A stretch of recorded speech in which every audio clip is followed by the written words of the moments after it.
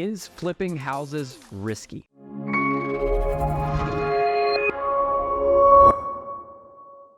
Hey, it's Brad from Probate House Guy.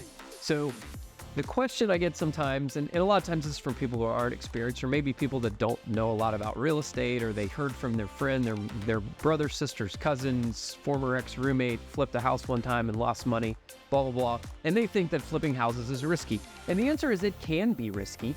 But as with any investment vehicle, the more you know and the more educated you are on that topic, the more you can take the risk out of the business.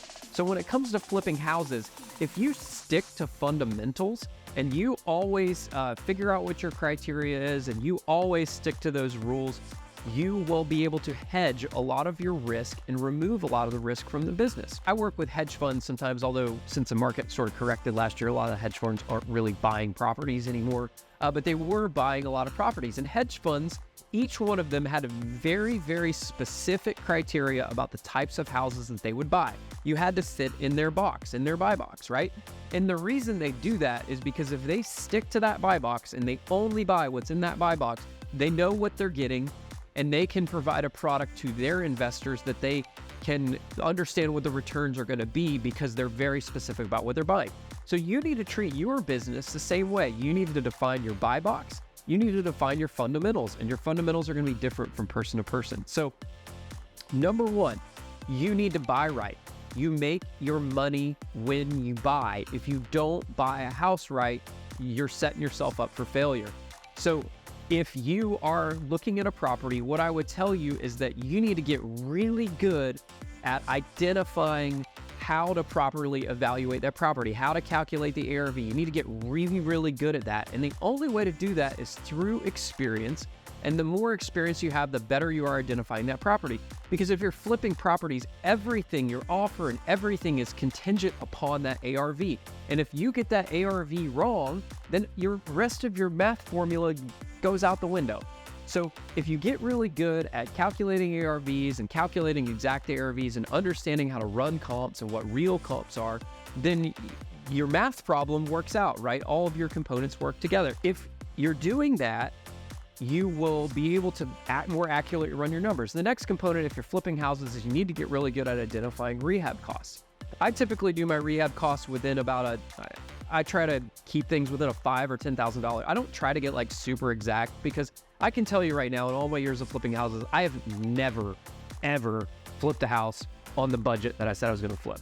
I'm usually a little bit over budget. So I always give myself a little bit of cushion there. If you're running your numbers and you're good at identifying ARV and you're good at understanding rehab costs, then all you got to do is say, hey, well, I want to make X amount of profit. Also, don't sell yourself short on profit. The biggest mistake I see people make, and I made this mistake early on in the business, is I was chasing deals with too thin of profit margins. And what would happen is inevitably something always comes up. Maybe the market changes, or maybe you end up having to fix this thing that you didn't think you were going to have to fix. And all of a sudden your $25,000 profit turns into a $5,000 profit. And now you're like, well, crap, I just spent the last 3-6 months flipping this house and now I made $5,000. This isn't worth it. And a lot of people end up quitting at that point. They sort of get, they get discouraged and they decide to leave the business because they didn't make money. So if you're leaving yourself enough profit margin in that deal, let's say you leave yourself a $35,000 profit margin, something comes up and you end up only making like 25. Well, you still made $25,000. That's a pretty decent amount, right?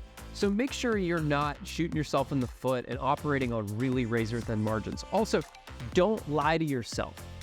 If you start fudging the numbers to try to make the numbers work, you're gonna make mistakes and it's gonna burn you. Trust me, I've learned this the hard way.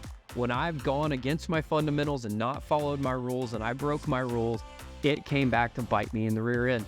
So make sure that you're not lying to yourself. If you're trying to fudge numbers, you're only lying to yourself and it's gonna come back to bite you. So don't do that.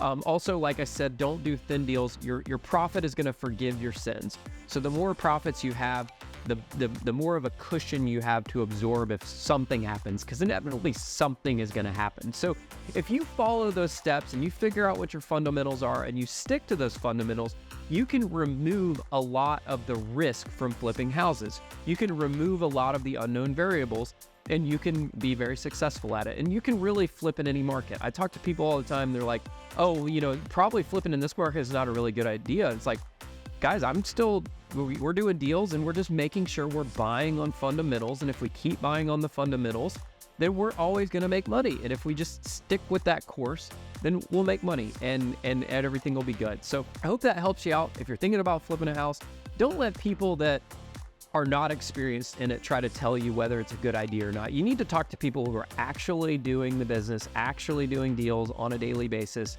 and ask them about it, and ask them how you can become a better investor, or ask them how to get started. So like I mentioned, I have a unique way of doing probate and inheritance deals. That's my niche. And it's a little bit different than what most people do. So I'm looking for strategic partners to work with in each market throughout the US. Some of my markets are already taken, but we do get probate and inheritance leads and deals all over the country. And I like to work with a select group of investors, maybe 1 or 2 people in each market, and all of my deals go to that one person. So if you're interested in working together, go to probatehouseguy.com, fill out the form there on the site, or you can just pick up the phone and call that number there on our website. And we'd be happy to get in touch with you, and we can talk about how we might be able to work together. So thanks again for checking out this video. I hope it's helpful. I'm Brad with probatehouseguy.com. Have a nice day. Bye-bye.